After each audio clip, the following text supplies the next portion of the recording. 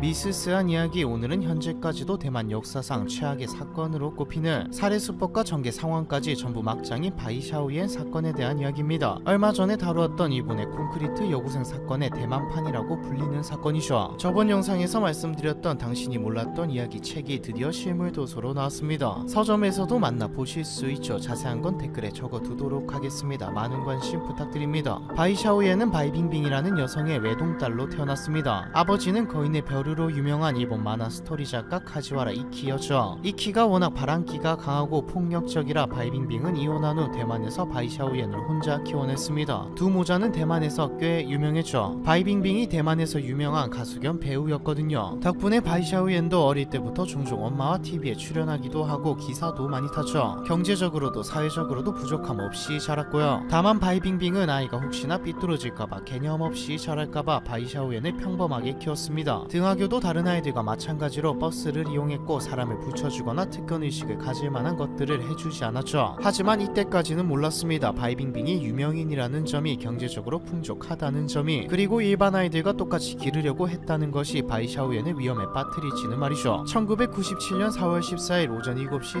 45분 고등학교 2학년이었던 바이샤오옌은 평소와는 조금 다른 등교길에 나섰습니다. 등교하는 학생들로 북적거려야 할 거리가 한산했거든요. 이는 바오샤이엔이 지각한 탓이었습니다. 이전부터 바이샤오옌을 지켜보던 남자 무리는 이때다 싶어 대낮에 바이샤오옌을 강제로 차에 태워 납치하죠. 실제로 납치나 유괴 사건은 특별한 상황이나 낯선 장소가 아닌 일상적인 공간에서 자주 발생합니다. 범죄자들이 납치 대상을 노리면서 제일 먼저 하는 일이 피해자가 같은 시간에 가는 곳이나 자주 드나드는 곳을 파악하기 때문이죠. 이 무리들이 바이샤오옌을 노린 이유는 간단했습니다. 돈이 많은 사람들 자녀 중에서 가장 노리기 쉬웠으니까요. 다른 부잣집 유명인 자녀들은 기사들이 출퇴근을 시켜주거나 경호까지 받는 경우가 있었지만 바이샤오옌은 버스를 타고 등하교를 했고 심지어 TV에 출연까지 해서 얼굴도 쉽게 알아볼 수 있었습니다. 범인들은 바이샤오옌을 납치하자마자 아지트로 데려가 폭행과 성적인 폭행을 하고 새끼손가락을 절단했습니다. 그리고 이 새끼손가락과 함께 바이샤오옌의 사진을 찍어 바이샤오옌이 직접 편지를 쓰도록 만들어 바이빙빙에게 보내죠. 편지의 내용은 엄마 저 납치됐어요. 지금 많이 아파요. 제발 저를 구해주세요. 오래된 지폐로 500만 달러가 필요해. 경찰에 신고하면 제 목숨이 끊어질 거예요 였죠. 바이빙빙은 바로 경찰에 신고했습니다. 대만 경찰은 유괴 사건, 그것도 유명인의 자녀였기 때문에 비공개 극비 수사를 하기로 결정하죠. 4월 15일 납치범들은 바이빙빙에게 전화를 걸어 돈이 준비되었는지 묻고 곧바로 전화를 끊어버립니다. 다음 날인 16일 다시 한번 전화가 왔고 돈이 아직 준비되지 않았다고 하니 소화기 너머로 바이샤오옌이 신문을 읽는 음성을 들려주고 다시 전화를 끊어버리죠. 전화 추적도 안되고 이들이 어디 있는지도 전혀 알 길이 없는 상황에서 결국 방법은 돈을 들고 만나러 가는 수밖에 없었습니다. 다음 날인 17일 납치범들은 다시 바이빙빙에게 전화를 걸어 돈이 준비되었냐고 물었고 바이빙빙은 그렇다고 답했죠. 바이빙빙은 돈을 들고 택시로 위장한 경찰차를 타고 납치범이 지시한 장소에서 기다리고 있었습니다. 하지만 납치범들은 말을 계속 바꾸며 장소를 바꿨고 결국에 나타나지도 않았죠. 경찰이 붙었는지 확인하기 위해서로 보입니다. 속이 타들어갔지만 그래도 괜찮았습니다. 어찌되었든 납치범들의 목적은 결국 돈이었기에 개고생을 시켜도 결국에는 돈을 받으러 와야 하니까요. 납치범들은 바이빙빙에게 또 다른 접선 장소를 알려주었고 바이빙빙과 급히 수사를 진행하던 경찰은 접선 장소로 향했습니다. 그런데 접선 장소의 풍경이 이상했죠. 기자들이 진을 치고 있었거든요. 경찰 내부에서 한 명이 언론에 정보를 흘린 것이었습니다. 경찰들은 기자들에게 철수 요청을 했지만 어이없게도 기자들은 우리는 철수하지 않을 것이며 철회하지 않습니다라고 단호하게 맞받아치죠. 이후 납치범들이 몇 번 장소를 바꿨지만 기자들은 수사 경찰을 특정해 미행을 하는 등의 수법으로 계속해서 접선 장소에 나타났습니다. 이건 길의 길을 넘어 그냥 인간 쓰레기라고 불려도 할 말이 없는 짓거리네요. 경찰이 붙었다는 것만 알아도 난리가 날 상황인데 기자들까지 몰려드니 그 누가 납치범이라도 당연히 나타나지 않겠죠. 결국 바이빙빙은 다음날 아침 바로 기자회견을 열어 기자들에게 우리 아이는 백지의 아이입니다. 제발 방해하지 말아주세요라며 울며 간청했습니다. 즉 최소 방해자들, 크게 보면 가해자라고 볼 수도 있는 기자들에게 바이빙빙이 울며 부탁했다는 말이죠. 언론에까지 나갔다는 것은 경찰이 모를 수가 없다는 뜻이기에 납치범들은 돈을 받을 수 없다는 생각에 분노했습니다. 그리고는 아지트로 돌아와 다시 한번 바이샤오옌을 상적으로 폭행한 뒤에 끔찍하게 살해했죠. 납치범들은 이미 죽은 바이샤오옌의 손발을 묶어 타이베이에 하수도에 버렸고요. 이후로도 납치범들은 바이샤오옌은 살아있다며 돈을 요구했지만 끝내 나타나지 않았죠. 추후에 나온 이야기지만 납치범들은 이미 다 까발려진 마당에 돈을 받기는 글렀고 도망갈 시간을 벌기 위해 거짓말을 쳤던 것으로 보입니다. 그러던 4월 25일 경찰이 아지트를 찾아내는데 성공했고 납치범들 중 4명을 체포하는 데 성공했죠. 하지만 주범급인 3명은 이미 도피한 상태였습니다. 그리고 3일 뒤인 4월 28일 바이샤오옌의 시신이 발견되죠. 바이샤오옌의 시신을 발견한 사람은 사람이 아닌 돼지의 시신인 줄 알았다고 말했을 만큼 시신은 처참한 상태였습니다. 법의관이 부검한 결과 사인은 질식사였지만 몸에 남은 폭행의 흔적을 보니 일반인이 견디기 힘든 수준의 고통을 당했다는 것을 알 수 있었죠. 법의관 생활을 오래 했지만 이토록 끔찍한 시체는 처음 보았다라고 말할 정도였습니다. 이때도 기자들은 시체의 사진을 그대로 찍어 보도했고 유명인의 딸이라는 말에 세계적으로 이슈가 되었죠. 이때쯤 대만 국민들의 분노도 하늘을 찔렀습니다. 분노의 대상은 경찰과 기자들이었죠. 경찰에게는 왜 범인을 못 잡냐였고 기자들에게는 무개념 짓거리를 한 너희들도 가해자라는 이유였습니다. 실제로 대만 사람들은 기자 유죄라고 적힌 플랜카드까지 내걸었죠. 결국 당시 총통이었던 리덩후이는 범인을 발견하면 무조건 발포해 사살하라는 명령까지 내리게 됩니다. 동시에 공범들을 통해 알아낸 주범격인 3명 린춘성, 가오티엔밍, 천진싱을 공개 수배죠. 이후 8월 19일 범인 3명을 발견한 경찰들은 타이베이 시내 한복판에서 경찰들과 총격전을 벌였습니다. 이 과정에서 경찰 2명이 목숨을 잃었고 범인 중 1명인 리춘성은 6발의 총을 맞고 고통에 몸부림치다 스스로 목숨을 끊었죠. 문제는 나머지 2명은 또 도주했다는 겁니다. 10월 23일 가오티엔밍은 타이베이 성형외과에 들이닥쳐 자신의 얼굴을 성형하라고 협박하죠. 의사는 협박에 못 이겨 수술을 해주었고 가오티엔밍은 수술한 자신의 얼굴을 보았으니 너도 죽어야겠지라며 의사까지 죽여버립니다. 하지만 얼마 안 가 경찰에게 들키고 스스로 생을 마감하죠. 천진싱은 끝까지 도주하다가 남아공 대사관에 들어가 인질극까지 벌였습니다. 체포된 천진싱은 징역 59년 6월형과 함께 사형을 선고받아 1999년 총살형으로 생을 마감하죠. 참고로 바이샤오옌의 사망 이후에도 여전히 바뀌지 않은 대만 언론들은 현장에 난입하여 체포 과정을 생중계하는 추태를 벌였고요. 이 사건에는 아직도 찝찝한 점이 존재합니다. 정치권도 엮여 있다는 추측이 있거든요. 바이빙빙은 범죄 조직을 규탄하는 운동을 하기도 했는데 이 범죄 조직이 반일 성향이었습니다. 자신들을 반대하는 운동을 하는데 일본인과 결혼해 자녀까지 있고 거기다 범인들의 행각이 일반 나치범들보다 훨씬 잔인했기에 나온 말이죠. 동시에 이들을 뒤에서 조작한 사람이 차기 총통으로 유력했던 렌잔이라는 추측도 나왔습니다. 렌잔은 반일 성향이 강했고 언론에 납치 이야기를 흘린 것도 렌잔의 측근이었거든요. 물론 증거는 없습니다. 추측일 뿐이죠. 다만 바이샤오옌 사건은 실제로 대만 정치에 영향을 끼쳤습니다. 범인을 잡는 데에는 너무 오랜 시간이 걸렸고 국민들은 정부의 대처가 미숙했다며 전국적인 시위를 벌였죠. 리덩후이는 직접 사과까지 했지만 리덩후이가 이끄는 국민당 정부의 핵심 인물들은 전부 책임을 지고 사퇴했고 2000년 총통 선거에서는 민진당에게 패배하며 권력을 넘겨주고 말았습니다. 물론 권력을 넘겨준 데에는 다른 이유도 다 엮여있지만 영향이 없었다고는 할 수 없죠. 바이빙빙은 딸의 죽음 뒤에 사형제 폐지 반대 운동을 펼치고 있습니다. 그리고 이런 말이 남겼죠. 기자의 손에 달린 마이크는 날카로운 칼이었으며 카메라는 총이었다. 희생자와 유가족에게는 그들은 또 다른 형태의 살인마와 같다. 미디어는 피해 굶주려 있다. 이것은 그들에게 영광이자 칼날이다. 현재까지도 대만 역사상 최악의 사건으로 꼽히는 바이샤오옌 사건에 대한 이야기, 이번 편은 여기까지입니다.